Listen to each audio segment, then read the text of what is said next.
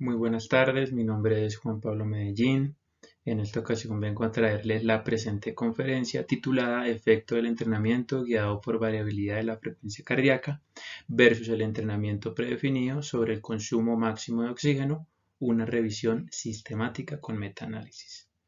Este estudio lo realizó en compañía del Dr. Jacobo Ángel Rubio Arias, de la Universidad Politécnica de Madrid, y el Dr. Domingo Ramos Campo, de la Universidad Católica San Antonio de Murcia, UCAM.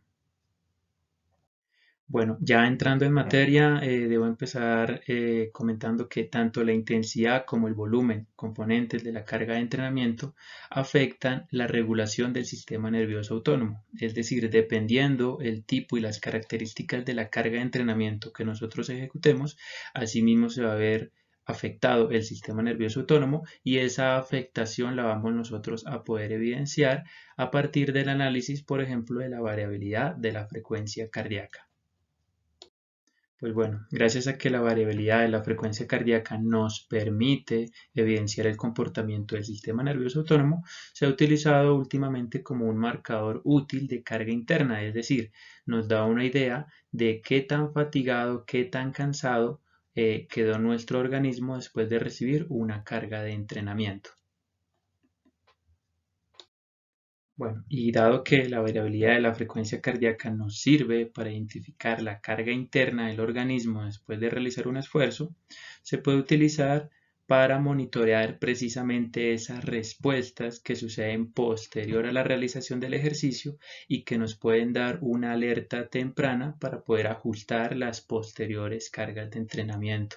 Es así que, por ejemplo, viendo este gráfico publicado en un estudio del doctor Alejandro Jabaloyes el año pasado, nos damos cuenta que en un entrenamiento guiado a partir de la variabilidad de la frecuencia cardíaca, los resultados después de esta intervención mostraron que los integrantes tuvieron prácticamente en su totalidad resultados positivos, mientras que un grupo que entrenó en base a un entrenamiento predefinido llegó a tener diversidad de resultados. Unos respondieron de forma positiva, mientras hubo otras personas que muy seguramente los métodos o las cargas de entrenamiento que utilizaron para su plan fueron demasiado altas, y al ser demasiado altas pues hubo una carga interna demasiado importante que no se evidenció, y por lo tanto siguieron realizando ese tipo de plan de entrenamiento y en este caso los resultados incluso disminuyeron.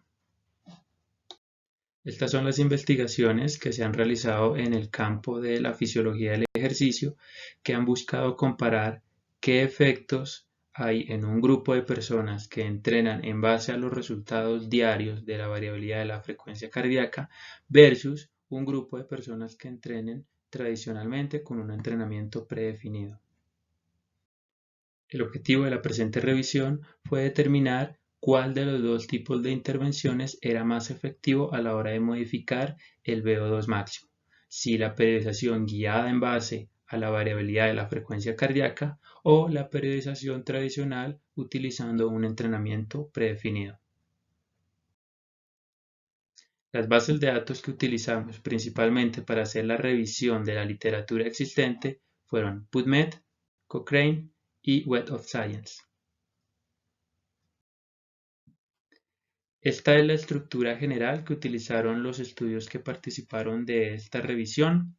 Básicamente, el grupo poblacional lo compuso personas físicamente activas o personas entrenadas en resistencia. Este grupo poblacional se divide aleatoriamente en dos grupos: un grupo experimental, que es el grupo que entrenó en base a los valores diarios de la variabilidad de la frecuencia cardíaca, y un grupo de control que entrenó en base a un entrenamiento predefinido. Esta gráfica da una idea acerca de cómo en la fase de identificación de la literatura, cómo llegamos a tener 849 títulos, y después de unos filtros, de revisar resúmenes, de leer todo el artículo, llegamos a una muestra final de 8 investigaciones que seguían todos los parámetros de inclusión de la presente investigación. ¿Qué resultados se encontraron al respecto? Pues bueno, la mejora del VO2 máximo se dio tanto en los grupos que entrenaron a partir de la variabilidad de la frecuencia cardíaca, como en los grupos que entrenaron a partir de un entrenamiento predefinido. Es decir, ambas metodologías son efectivas y generan modificaciones en el consumo máximo de oxígeno. Sin embargo, al comparar ambos tipos de intervenciones, no se notaron diferencias significativas entre ellas.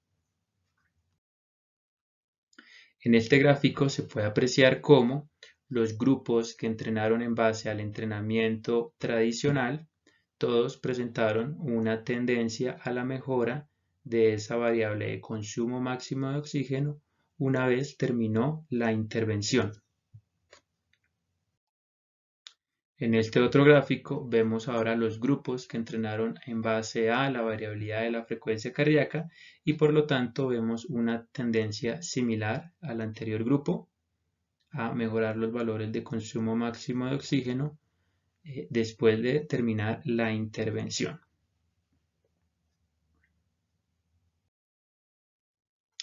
Pero ¿qué sucede cuando comparamos ambas metodologías? La metodología de planificar en base a los valores diarios de la variabilidad de la frecuencia cardíaca versus el entrenamiento predefinido. Pues como les comenté hace un momento en la diapositiva de resultados, no se ve una diferencia significativa entre ambas metodologías. Si bien es verdad, aquí en este gráfico tratamos de ver una leve tendencia muy ligera a el campo del entrenamiento por variabilidad de la frecuencia cardíaca. Los datos no son concluyentes, el valor de P es muy alto y por lo tanto no es significativo en esta ocasión. ¿Y qué podemos empezar a discutir de estos resultados? Bueno, la metodología que siguieron todas las investigaciones que conforman esta revisión es muy diversa. Hubo distintas variables que se utilizaron para estimar la variabilidad de la frecuencia cardíaca. Se tomaron en distintas fracciones de tiempo, en distintas posiciones y el tiempo de intervención también presenta diferencias. Si bien la mayoría de las investigaciones duraron 8 semanas, hubo unas pocas que comprendieron 4 semanas o incluso 15 días de duración. Es así que podemos concluir en este caso que el entrenamiento guiado por la variabilidad de la frecuencia cardíaca y el entrenamiento predefinido producen una mejora similar sobre el VO2 máximo o consumo máximo de oxígeno. Muchas gracias y quedo atento en Zoom a las preguntas que tengan acerca de esta disertación.